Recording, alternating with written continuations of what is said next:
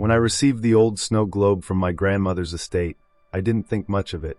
She'd passed a few months back, and her house was filled with relics, little treasures she'd collected over a lifetime. But this globe, it was different. I remember it sitting on her fireplace mantel every Christmas. The glass was thick, slightly yellowed with age, and inside, there was a little winter scene with an evergreen tree and a small child in old-fashioned clothes standing beside it.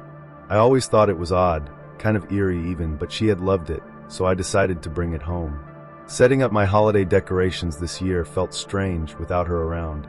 I placed the snow globe on a shelf in my living room, nestled among the other ornaments and lights. There was a heaviness in the air that I couldn't explain, almost as if bringing the globe into my home had changed something. I told myself it was just nostalgia. I missed her after all. It made sense to feel a little off. That night, though, as I lay in bed, I thought I heard something. Faint, but clear enough to make me pause, a soft whisper like distant voices laughing. I sat up, listening, my heart pounding as I tried to place the sound. But the house was still. Just my imagination, I thought, blaming it on the stress of the season. Eventually, I shrugged it off, telling myself I was just tired. The next day, while working from home, I noticed something odd.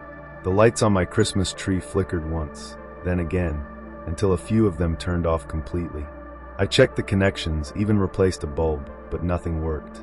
I moved around the house, checking other lights, and everything else seemed fine. I glanced over at the snow globe, almost as if I expected to see it had moved on its own. Later that night, as I was getting ready for bed, I could have sworn I heard that soft laughter again. The whispers and laughter from the night before had me on edge, but I tried to brush it off. I told myself it was just the stress of the holidays, or maybe memories of my grandmother lingering in my mind. But the next night, things only got worse. As I sat in my living room, flipping through the channels to find something to distract myself, I noticed the lights on the Christmas tree flicker again. I sighed, getting up to check the connection once more. But as I reached the tree, the room grew quiet in a strange, suffocating way. I held my breath, straining to hear any sound, anything at all. And that's when I heard it. My name, faint and distant, like a child's voice coming from somewhere nearby. "Lucas?" I froze. The voice was soft, almost a whisper, but it was unmistakable. My skin prickled, and I turned slowly, scanning the room, but there was no one there. I laughed nervously, chalking it up to an overactive imagination. Yet a part of me couldn't shake the feeling that something was watching me. That's when I looked at the snow globe. The child figurine inside seemed different somehow. I could have sworn it was facing the other direction yesterday, but now it seemed to be looking straight at me, its eyes fixed, almost too lifelike. I felt a chill crawl up my spine as I stared back, trying to convince myself that it was just a trick of the light. I stepped back, unnerved, and reached for my phone to call a friend, anything to break the silence. But as I did, I noticed something else. Small objects around the room had shifted. A book on the coffee table was now slightly open, and a photo frame had turned, facing away from me. I hadn't touched either of them since I sat down. I spent the rest of the night in my bedroom, the door locked, my thoughts racing. Somewhere deep down, I knew it wasn't just my imagination. Something about that snow globe felt wrong, like it was holding a presence I couldn't understand. But I didn't know how to explain it, let alone what to do about it. That night, lying in bed, the laughter returned. But this time it was louder, and it was definitely coming from the living room. I barely slept that night, and when morning came, I decided to find out more about the snow globe. I searched through my grandmother's old belongings, hoping I'd find something that would explain why she kept such a strange thing in her house. After a few hours of digging, I came across an old, worn notebook tucked away in a dusty box. It was her journal, filled with entries from years ago. Flipping through it, I felt a shiver as I found a page mentioning the snow globe. December 23rd, one entry read, "The snow globe is quiet this year. I pray it stays that way." Another entry caught my eye. I can still hear him. I know he's waiting for me to let him out. But I can't. I won't. My hands shook as I read her words. Who was he? And why was my grandmother so afraid of him? The pieces started coming together, but I didn't want to believe it. The figure inside the snow globe, it wasn't just a decoration. It was a child somehow trapped, or maybe something pretending to be a child. I didn't want to think of what could be inside that glass, watching me. That night, I considered locking the snow globe in a closet or even throwing it out, but I couldn't bring myself to touch it. It felt dangerous, like handling it would only make things worse. So I left it where it was, and as night fell, I tried to ignore it. But it didn't ignore me. The whispers started again, louder than before, and now I could make out words. "Lucas, please let me out." The voice was pleading, desperate, but there was something about it that felt wrong, like a hollow echo. My heart pounded as I forced myself to stay in my room, hoping it would stop. But it didn't. The lights began to flicker throughout the house, the air turned cold, and shadows seemed to shift around me. Then I heard footsteps, soft but steady, walking down the hall toward my room. I held my breath, heart racing, as they stopped right outside my door. A cold, eerie silence filled the air, and I could feel something on the other side waiting. "Lucas," it was the voice again, now barely a whisper, but so close I could almost feel it. Terrified, I whispered back, "What do you want?" The answer came, chilling and unmistakable, "To come in." The lights went out, and I sat in complete darkness, feeling the weight of its presence just beyond the door, waiting. The footsteps outside my door didn't move, and neither did I. I sat there, paralyzed, barely breathing as the silence stretched on. Minutes passed, or maybe hours, I couldn't tell. The only thing I knew was that I couldn't open that door. Whatever was on the other side wasn't human, and if I let it in, I wasn't sure I'd survive. I don't know when I finally drifted off, but when I woke up, the house was quiet again. The lights were back on, and the air felt warm, like the storm had passed. Part of me thought I had dreamed the whole thing, but deep down, I knew it was real. I decided I couldn't stay in the house another night with that thing. I gathered a few essentials, threw them into a bag, and prepared to leave. But as I passed the living room, I glanced at the snow globe, unable to resist one last look. Inside, the figure had moved. It was no longer standing by the tree, but pressed up against the glass, hands splayed and face twisted in a desperate expression. Its eyes looked almost alive, filled with an unnatural rage that made my skin crawl. I felt trapped in its gaze, unable to look away, as if it were trying to pull me in. I backed away, reaching for my phone to call someone, anyone who might believe me. But when I unlocked it, the screen was filled with static, flickering in and out until a text appeared, sent from an unknown number. It read, "You can't leave me, Lucas." A surge of dread hit me. I looked around, feeling a cold chill pass through the room, as if I wasn't alone. Then, suddenly, I remembered the journal and my grandmother's desperate entries. She must have dealt with this same thing, fighting to keep it locked away. Desperate, I grabbed the journal and searched for any mention of a way to stop it. Toward the back, I found a page with a shaky, handwritten note. "The spirit cannot be freed, only confined. Speak the words and return it to its prison. But no, once the bond is made, it never truly leaves." Without thinking, I grabbed the snow globe, feeling the weight of it, and began to recite the words from the journal. The air grew colder with every line I read, and the lights started flickering again, the shadows around me twisting as if fighting back. The voice from the snow globe, began screaming, "No, let me out."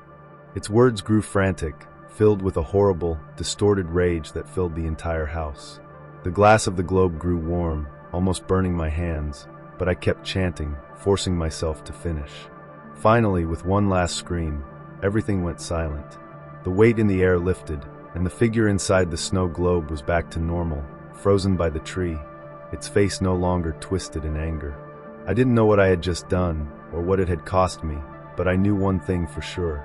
It was over. I placed the globe back on the shelf, feeling the gravity of what my grandmother must have carried all those years. But as I turned to leave, I heard a faint whisper, barely audible, coming from the globe behind me. "Lucas, I'll be waiting." I stood there, frozen, as the whisper faded. My heart hammered in my chest, but I refused to turn around. I didn't want to see that face pressed up against the glass, didn't want to see those eyes following me. I left the living room in silence, trying to convince myself that it was truly over. But deep down, I knew it wasn't. For days, the house stayed quiet. The whispers, the flickering lights, and the feeling of being watched were all gone. But I couldn't shake the unease, that crawling sensation on the back of my neck every time I was near the living room. I kept the snow globe there on the shelf, gathering dust. Every time I passed it, I'd feel its presence, as if it was still watching me, still waiting. A week later, on Christmas Eve, I heard it again. A faint, echoing sound like a child's laughter.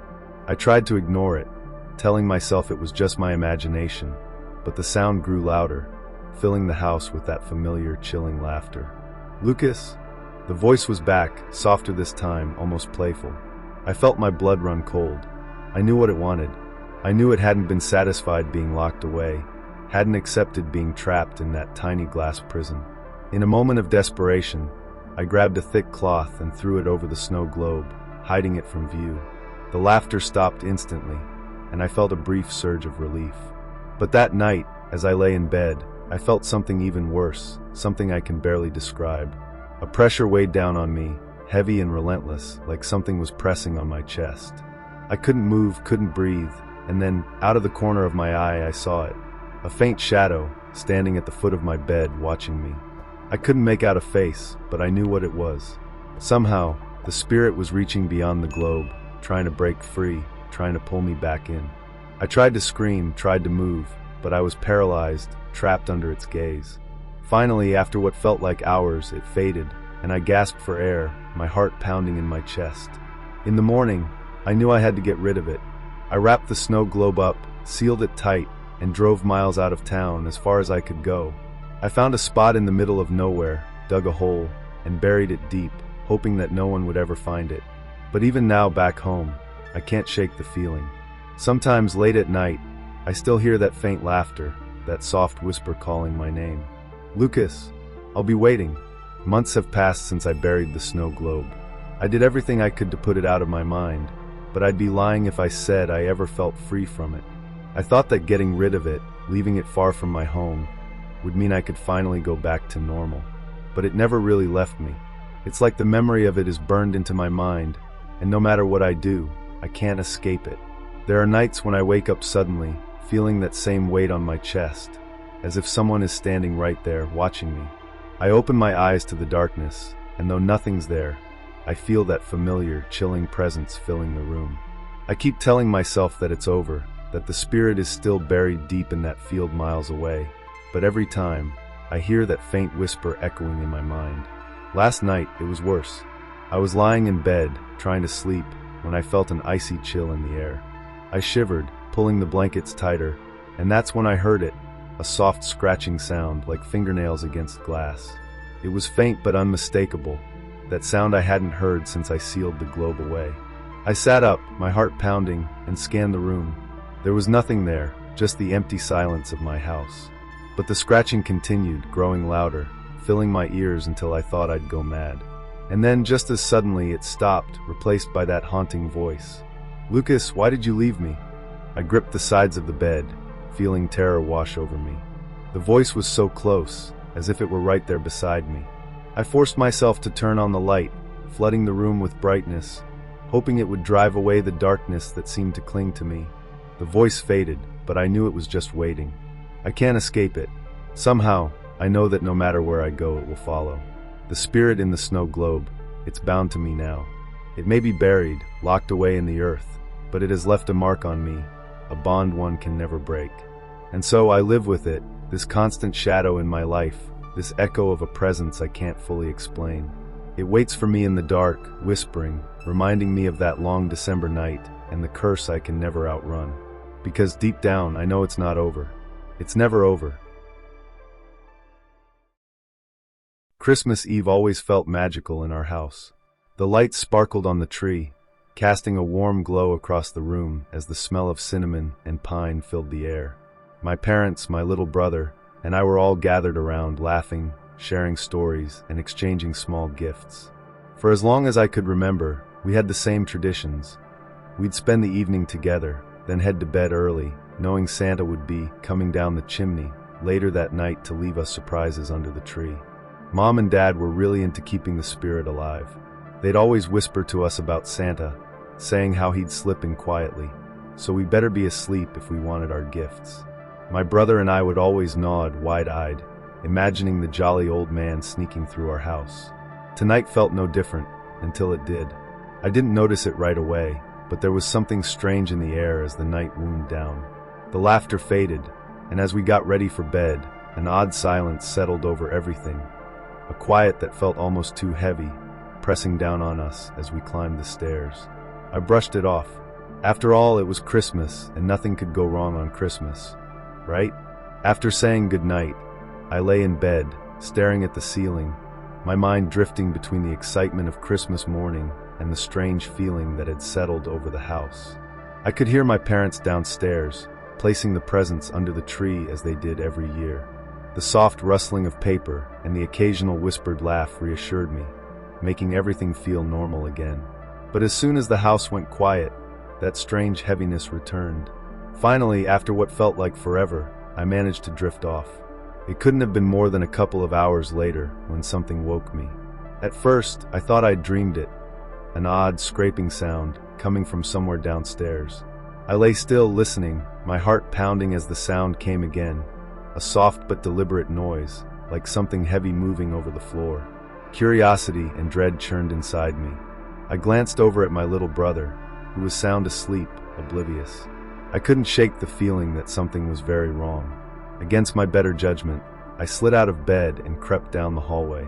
Each step felt heavier, and as I reached the top of the stairs, that strange silence wrapped around me again, almost as if the house itself was holding its breath.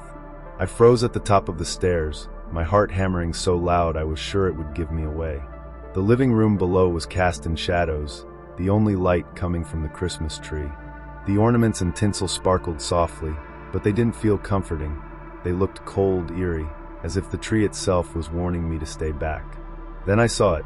Something was moving in front of the fireplace, a dark shape shifting just outside the glow of the tree lights. At first, I thought it might be my dad, maybe rearranging the presents. But this figure was all wrong. Too tall, too thin, and it moved with a strange, unnatural slowness, almost like it was gliding. And then I noticed its hand. Long, bony fingers reached up, gripping the edge of the fireplace as it pulled itself the rest of the way out of the chimney. I felt a chill crawl down my spine as it crouched there, hunched and twisted, as if adjusting to the room. I wanted to scream, to run, but my feet were rooted to the floor. This wasn't an intruder. It was something else, something that shouldn't have been there. I couldn't tear my eyes away from it. The creature straightened, its head turning in a slow, unnatural way as it scanned the room. Its face was hidden in shadows, but I could see the glint of something dark and empty where its eyes should have been. It moved closer to the tree, tilting its head as if studying the ornaments and presents, the long fingers twitching like it was deciding what to do next. My breath caught as it reached toward the gifts. I remembered the whispers my parents used to tell us, Santa coming to leave presents, but this thing wasn't here to give. It seemed to be leaving something, its hand hovering just over the pile, fingers spreading wide as if ready to release something twisted and wrong. I tried to move, to turn and run back to my room, but my body felt like it was trapped in a nightmare, frozen with fear. Every instinct screamed at me to escape, to wake up, but I was stuck there, watching as this thing continued its silent ritual, as if claiming our Christmas for itself. I don't remember how long I stood there, paralyzed, watching that thing. It finally straightened, casting one last lingering look at the tree before gliding back toward the fireplace. The way it moved, silent, deliberate, made my skin crawl. It disappeared into the shadows of the chimney, leaving only the faint smell of ashes and something sickly sweet in the air. I stayed frozen until the first light of dawn crept through the windows. Somehow, I stumbled back to my bed, my mind reeling, unsure if I'd dreamed the whole thing. But when my little brother and I ran downstairs that morning, the sight of our parents' shocked faces told me it hadn't been a dream. There, beneath the tree, among the neatly wrapped gifts, was a single dark package, wrapped in something rough and old. There was no name, no tag, just an overwhelming sense of dread as my dad picked it up. He unwrapped it slowly, and inside was, I can hardly describe it, a strange, twisted object, something that looked like it had been burned and clawed, wrapped in a brittle cloth. My mom gasped, and I felt that sickly sweet smell fill the room again. We didn't keep that thing. Dad threw it out right away, but I don't think any of us felt safe after that. Christmas was never the same. We still celebrated, but there was always a shadow hanging over us, a memory of that night, and the feeling that something was still watching us, waiting, just beyond the glow of the tree.